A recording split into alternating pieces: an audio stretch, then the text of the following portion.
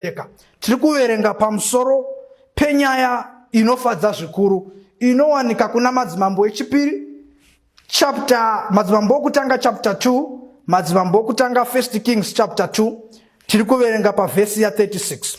Mambo akatuma munhu akandodana Shimei akati kwaari, zvivakire imba paJerusarema ugarepo, usabvapo uchienda kumwe, nokuti nomusi waunobuda nawo kuyambuka rukova Kidhironi uzive kwazvo kuti uchaurawa zviro kwazvo, ropa rako richava pamusoro pako. Now Solomon agadzwa ndava David haana kuita savanhu vamazuva vanosvika pakufa vasina kurayira nhaka, vasina kurongedzera vana, mugosara muine maproblems mukati memafamilies. Nanhasi hanzvadzisikana nehanzvadzikomana hazvionani nokuti vabereki vakasiya vasina kugadzirisa zvavaifana kugadzirisa.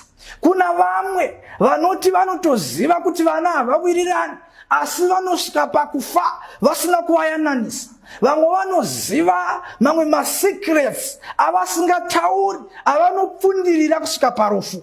Asi David anoti hazvina kunaka, regai ndisangosiye nhaka yeumambo bedzi asi ndirayire kuti mwana asare achigara zvakanaka.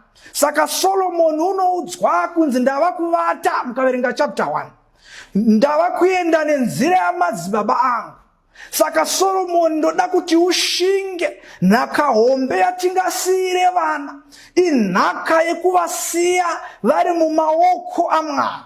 Solomon anonzi zvose izvi uchasangana nazvo, uchaona zvino nezvinoti, kubhizinesi uchaona izvi, kunyaya dzereligion uchaona izvi, zvamatongerwo enyika uchaona izvi, asi ndoda kuti ugare mumaoko aJesu. Kuna vanhu vanosiya vana vakarashika vari wayward, ndati nhaka hombe yaungasiyira vana inhaka yekuvasiya vari muruoko rwaJesu. Solomon unonzi asi pakati peumambo pana vanhu vandinoda kuti ugadzirisane navo. Vamwe vacho ndoda kuti ushande neuchenjeri hwauchapiwa naMwari. Solomon anoudzwa pamusoro paShimei zvikanzi, Shimei wakandiitira zvakaipa, wakandikesa ukandikandira mahwe panguva yokutambudzwa nomukoma wako Absalom. Saka ndoda kuti ushande naye neuchenjeri hwako. Saka Shimei unoshedzwa. Shimei, nyaya yako unoiziva. Ndiri kuti vanhu vaMwari patinoudzwa naMwari, patinodanwa kuzoponeswa, nyaya dzedu tinodziziva. Vamwe taiva varoi, vamwe taiva mbavha, vamwe taiva mhombwe, tine zvivi zvakanga zvichitiremera, vamwe taizikamwa namashave nekupira vakafa, asi takaudzwa naJesu kuti huyai, asi nyaya dzenyu munodziziva, maifanira kufa pamakazviita, nokuti Bhaibheri rinoti mubayiro wokutadza kufa, ani nani unotadza uchafa zviro kwazvo. Saka Shimei, mhosva yako unoiziva. Shimei, nyaya dzako hapana chitsvapa, haufaniri kuudzwa nemunhu. Unoziva kuna vanhu vane dambudziko rekuti nyaya dzavo vanenge vachitodziziva asi vanopretenda as if havana problem. Pana Mwari hapadi mapretenders. Panoda vanhu vanoenda nemhosva dzavo woti ini Mwari ichokwadi, ndinobvuma kuti ini ndakapesana nemi, ndinobvuma kuti ini ndakaita mabasa anopopota pamberi penyu, ndinobvuma kuti mundigadzirise. Tinoda vanhu vanoenda saShimei. Vamwe vanorambira kunze kana Jesu achidana, anoti uyai kwandiri Mose. Vazhinji vanodanwa, uri kubhawa, Jesu unodana. Uri muzvigororo, uri kuverera usiku, Jesu unodana. Vamwe vari kuvaka dzimba namari yokuba pakambani, Jesu uri kuvadana. Vamwe kuti vasustain upenyu vanenge vaba, Jesu unovadana. Ari kuti uyai sekudanwa kwakaitwa Shimei namambo. Mhosva dzenyu munodziziva. Shimei paari kuuya ari kunzi Shimei ndava kukupa condition. Saka Mwari unodana vanhu kana vachinge vauya kwaari havafaniri kuita zvavanoda, vanopiwa condition yezvinodiwa neavadana. Kuna vanhu vanoda kunamata nenzira yavanoda.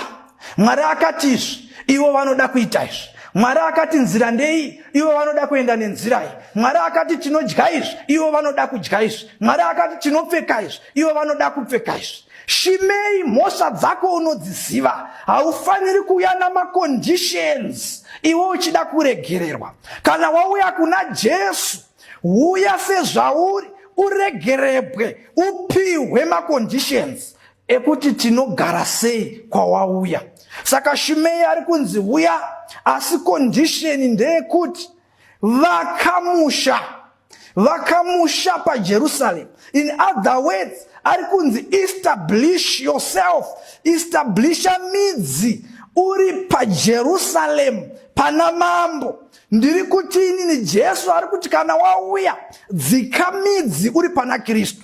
Kuna vatendi vazara mazuvano vanoda kuenda kuchechi, asi pfungwa ndedzekuda kuita zviri kuitwa kuzhe kwechechi. Nhasi vari kuchechi, mangwana dzinoimbwa nedzinotambwa hadzinei naJesu wacho. Nhasi vari kuchechi, zvinopfekwa kana vabvako hazvinei naJesu. Mitauro yavo hainei naKristu. Shimei ari kunzi gara paJerusalem. Vanhu vaMwari, kana tauya kuna Jesu, ngatigarei pana Jesu. Jesu unochema navanhu vakadaro. Anoti vanhu ava vanondidana badzi nomuromo, asi moyo yavo iri kure neni. Zvavanoda idzidziso dzavanhu. Ndiri kuti tazara namaKristu anodana zita raJesu, asi dzidziso neupenyu, zvitero nezvidiso zvavanhu. Upenyu, kararamiro, kukopa vanhu vasinei naJesu. Jesu ari kuti establish yourself paJerusalem, gara panzvimbo ina Jesu. Zvikanzi nemhaka yekuti Shimei nezuva rauchabva paJerusalem ngazvizivikamwe newe, uzvibatisise kuti zuva iroro ruchava rufu rwako. Condition yakafanana neyakapuwa Adhamu pachapter 2 yaGenesis verse 16. Anonzi muti yose yeminda mungadya, asi muti uri pakati wokuziva zvakanaka nezvakaipa musadya, nokuti zuva ramunodya muchafa zviro kwazvo. Jesu ari kuti zuva raunobva paprotection, zuva raunobva mujurisdiction naMwari, zuva raunobva pamusha una Jesu, zviro kwazvo uchafa. Kumwe kufa kwacho akusi kufa kwetinoona kwenyama, kumwe kufa kwokuti munhu waiye wakasimbira pakutenda. Taivaziva vari mai vanotangira vose kusvika pakereke, vaizikamwa nokutungamirira munamato, asi nezuva indication yokuti vakabva pamusha pana Jesu, munovaona nokufa spiritually. Shimei ari kunzi usabva. Problem yekubva pana Jesu ndeyekuti kunze uku haisi safe zone. Kunoita sekunovaraidza, asi hakusi safe zone. Ukaverenga Peter unoti Satani unotovomba seshumba. Ukaverenga zvakazarurwa unomupotreya seshato inochinja mavara. In other words, unovaraidza. Outside musha wa Jesu, muvengi unovaraidza, ugokwezva uye padhuze, wavarairwa anobva akuataka. Regai ndikuzei vana vaMwari, Satani ari patient. Satani une moyo murefu, unogona kurera munhu for 5 years muchivi. Munhu achiti chidoko chivichi. Satani unogona kurera munhu 10 years pakuba. Unotanga achibati nhuti diki, ozopedzisira watora chihombe. Satani unorera munhu paupombwe. Shanyirai nyaya iri pana Numbers 25. Bhaibheri rinoti varume vakwaIsraeri vaiva varume veumhare, asi pavakasvika paMoabhu vatarisana neJeriko kuti vapinde munyika yechipikirwa, zvinonzi Satani akava patient, wakatsvaka mano wekuti ungavakunda sei. Kana Bhaibheri richitaura rinoti, takanzwa zvembiri yenyu kuti makayambuka gungwa rakapatsana, tikanzwa kuti makarova Ogi naSihoni mukarakasha paBhashani. Tinoziva mukurumbira wenyu mukati merwendo. Patakanzwa nezvenyu mwoyo yedu yakameota nekutya. Ndokubva vatsvaga mano zvikanzi Israeri ngatiite yekukesa, asi rega ndikuudze, as long as Israeri iri pamusha, wakagara pamusha paJesu, Israeri haife yakakeseka. Israeri haife yakadestroywa nemuvengi. Zvinonzi zvinyoronyoro, Satani une patience. Zvinyoronyoro vakatanga kutsvakirwa vakadzi vakanaka veMoabhu. Zvikanzi vachiuya zvishoma nezvishoma, vachimboti ngatimbotandarai, vachimboti hatauya kuzokuonai, takuvigiraiwo kazvakati. Sevanhu vauyawo munzvimbo medu, tigarisane, titandadzane, ko mungangogara megai, tingazonzi hatigoni kugamuchira vaeni. Yese yaiva nguva yokuvaraidza. Ndati Satani unoita seshato inovaraidza. Kana vanhu vakabuda mujurisdiction, vakabva pamusha, Satani unovavaraidza. Zvikanzi nguva yekuvarairwa yakati yasvika, vanhu vavarairwa. Chakatanga kuitika kutanga kufomeka kwema-extramarital affairs, kwama-relationship ama-youth vakomana navasikana veMoabhu. Pakatanga kusangana zvinova zvinonyangadza Jehovha. Ndiri kuti ini pamusi uyu Jehovha akatsamwa, Israeri yose ikaita murakatira, varume vazhinji vakafa. Bhaibheri rinorekodha 23 to 24,000 varume vakafa nekungobva pamusha, nekubva pamaprinciples ekuti isusu navaMoabhu hatijidzani, kunyange zvikadi murayiro waMwari. Ndiri kutaura nevechidiki vachiri kuita sarudzo, ndiri kutaura nemukomana achiri kuita sarudzo, ndiri kutaura nemusikana achiri kuita sarudzo. Kana wafunga kurogwa, kana wafunga kuroora, gara pamusha, tsvaka paJerusarema, tsvaka pamusha. Kunyange zvikakubata sei, mumwe unoti vokwedu havana kunaka, mumwe unoti vekwedu havana mari, vokwedu havashandi. Bhaibheri riri kuti Shimei, kana wafunga kurarama, gara paJerusarema. Mamarriages ari kufa mazhinji ndavanhu vasina kuteerera soko ramambo rekuti munhu kana afunga kuwanikwa ngaagare paJerusarema. Nzira dzacho dzekagariro dziripo, vakamusha, dzikamudzi. Establish yourself muna Mwari uri paJerusarema. Saka shoko rinozosvika, Shimei otaura kuti aiwa, nyaya yamataura ndainzwa, iri munzeve mambo, vanhu vose vanonzwisisa. Bhaibheri rikaparidzwa, vanhu vanobvumira, vamwe vochema misodzi, vamwe voita amen, vouya mberi, vafundisi vonamata, voti ichokwadi, hatichazviita zvachose. Tahwa kuti Mwari ari kuti tambopoya, ngatichigarei pamusha, ngatigarei paJerusarema. Sezvinoita Shimei, unogutsirira. Asi zvinozoitika tagara ndezvekuti Shimei kunosvika shoko rekuti vanhu vako, varanda vako, vaenda Gath, vabira mhiri kweKidron, vaenda kuna mambo weGath.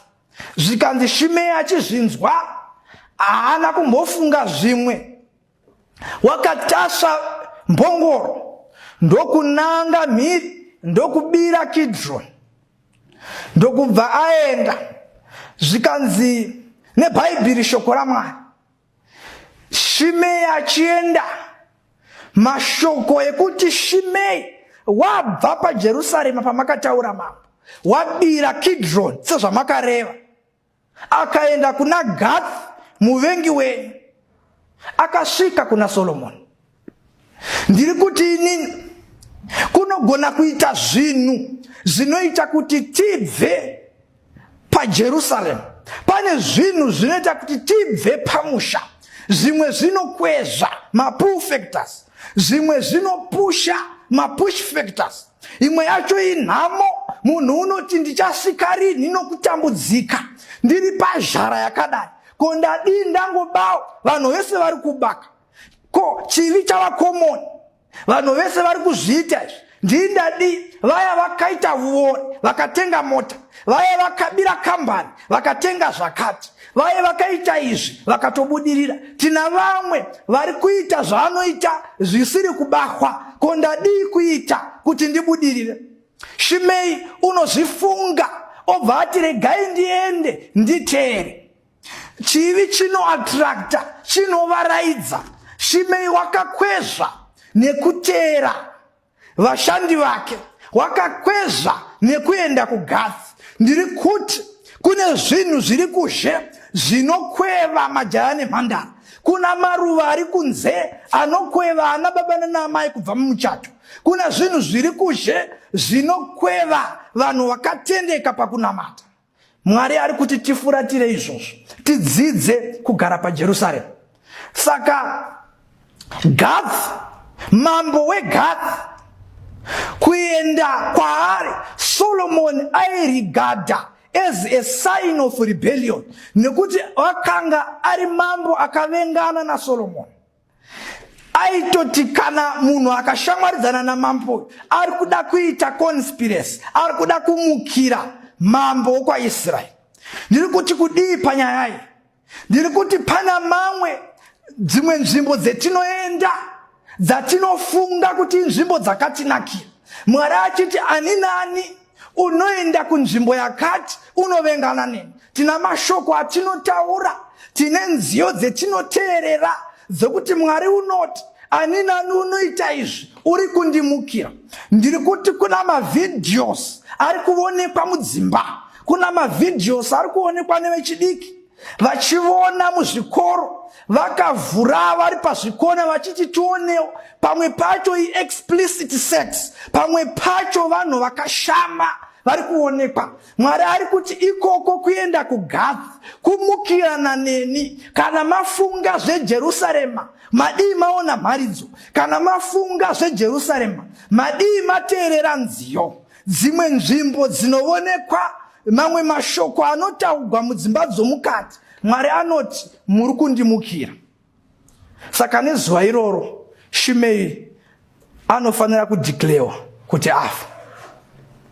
Mwari ari kuti unogona kusara uchirarama physically wabva pamusha, asi iye Mwari unenge watara kare kuti apa tapedza napo.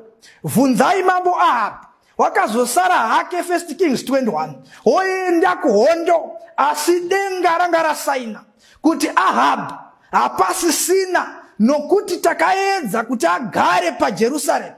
Asi pfungwa yokubva pamusha, wakabva pamusha akatora Jezebheri, akabva pamusha akaenda akanamatisa vanhu Bhaari, akabva pamusha akatora munda waNabhoti nechisimba, akabva pamusha akauraya Nabhoti, akabva pamusha akatambudza Elija. Mwari vari kuti kubva kwamusha ikoko unogona kusara urarama uchinzi ndimambo, ava ndo baba vemhuri, ava ndo mai vedu, uyu ndiye mwana uyu. Asi Mwari achiti this is now a moving grave. Ndiri kuti kubva pamusha kune rufu. Kekupedzisira mambo nhau inosvika munzeve dzake sekutaura kwataita. Ndiri kuti hakuna chakavanzika chisingasvike munzeve dzamambo.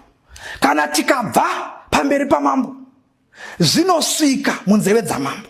Mambo kana aine nhume dzinogona kuziva kuti munhu wafamba akaendawo, ko Mwari ndiMwari werudzi, Mwari wamasimba ose, angatadza kuziva zviri kuitwa mudzimba dzemukati, yatinoti privacy. Mwari unoiziva.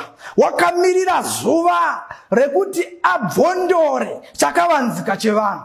Mwari wakamirira zuva rekuziva nekuburitsa pachena ma-abortions akaitwa navanhu. Ndiri kuti kuna vanhu vakaita pamuviri, vakabvisa, vakarasha vana, nazvino mapurisa haazvizivi, vokuchecha havazivi, vavakidzana havazivi, pamwe iye namai, pamwe iye neshamwari, pamwe iye nomukomana ndo vanoziva. Asi Mwari ari kuti pane zuva rekuvhukunyura zvakavanzika. Rimwe zuva nyaya yako yokubva pamberi pamambo inosvika munzeve dzavo. Ndiri kuti pane vamwe vakauraya vanhu vakakanda mumvura, vamwe vakauraya vanhu vakavapisa, vamwe vakauraya vanhu vakavafusira, hapana kana evidence. Vamwe vakaenda nenyaya kumakotsi vakadzihwina asi vaine mhosva. Hapana chakavanzika chisingasvike muzheve dzamambo. Ani nani unotiza pamusha achibva paJerusarema, zuva rerufu rinosvika, zuva rekuvhukunyurwa kwezvakavanzika rinosvika. Tadii tagara paJerusarema. Inguva yakakosha kuti tigare paJerusarema. Hapana chinhu chakakosha sekuregererwa pamuchinjikwa naJesu pamusoro pezvivi zvedu. Tovuya oti tichiregai kubva. Kuna vanhu vari kudzokera kumashure, kusiya kutenda nekuda kwokukwezva nenyika dziri kure nanagadzi, kukwezva namafaro, kubuditswa nekutambudzika. Pauro ari kuti chii chingatiparadzanisa nerudo rwaMwari? Ndezvazvino here kana zvinouya? Kukwirira here kana kudzika? Inhamo here, rufu here? Zvakanzi kwete pazvose tiri vakundi nekupfuurisa. Vadikangu vateereri, hama neshamwari, chii chiri kutibvisa pamusha? Mwari akarayira kuti garai pamaprinciples ekutenda, garai panheyo dzeutsvene. Chii chiri kutibvisa? Ndezvazvino here? Matambudziko here? Urwere here? Mafaro here? Chii chatibvisa pamusha? Toda kuti tinamate navanhu vari kuti takabva munhu waMwari, tinoda kudzoka pamusha. The door is still open. Asi we should be willing to conform pane zvidiso zvepamusha. Sununguka ekudzoka. Kristu uchakavhura maoko sezvakanga akaita pamuchinjikwa. Kuna vamwe vari kubatwa nomweya wokuda kubuda. Toda kunamata kuti Mwari atibatsire tigare pamusha. Gara pamusha, usabva pamusha wokutenda, nokuti pane ruponeso. Ngative nenguva yekunamata. Kudzwai Mwari tokutendai.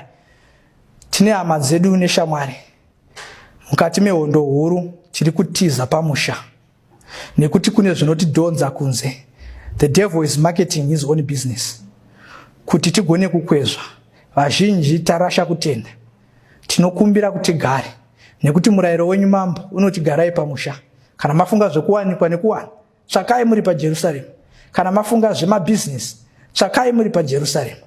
Madii matibatsira. Kune vakabuda, Mwari vadzosei nekuda kwenyasha. Tinokutendai nekuparidzwa kwevhangeri nekutiitira nyasha muzita raJesu. Amen. Tiri kuverenga pamusoro penyaya inofadza zvikuru inowanika kuna madzimambo echipiri, madzimambo okutanga chapter 2, madzimambo